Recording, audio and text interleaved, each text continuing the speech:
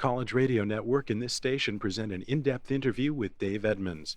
For the next 30 minutes, we'll be talking to Dave about his group and his work, and we'll be listening to some music from Dave Edmunds and Rockpile. The 24-hour club was, to be a member, you had to be available at any hour, day or night, for a drinking session. Right, you could be knocked up at 5 o'clock in the morning, and you'd have to keep on going till the last one dropped, right? And then it got even worse. I mean, a few people fell by the wayside within hours. Niccolo was in it for about 5 hours, I think. He was expelled for going to bed.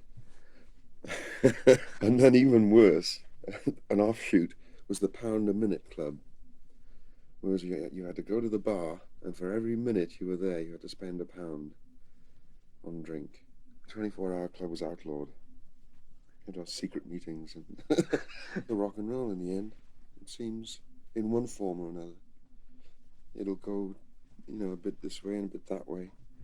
But you always seem to end up with good pop records and something based loosely on rock and roll.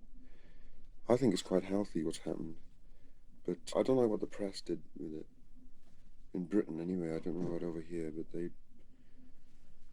jumped on the bandwagon as if they were paranoid about missing it.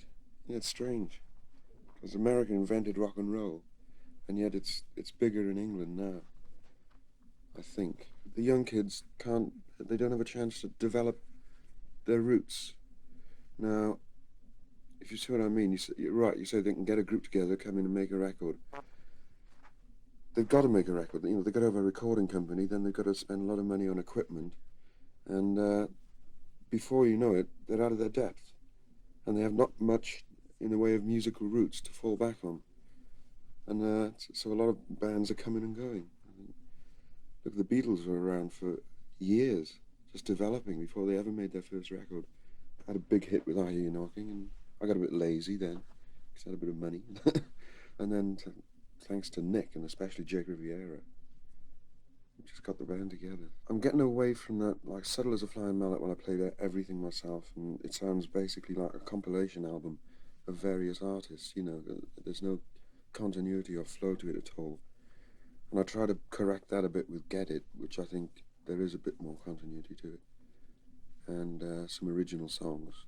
And this one, it's all original except for 2 songs. And it's a lot more continuity, and it sounds like a band, because it is, for the first time, the rock playing together. I just thought of the name Rockpile for the album, and years later, the band, we needed a name, so we called it Rockpile.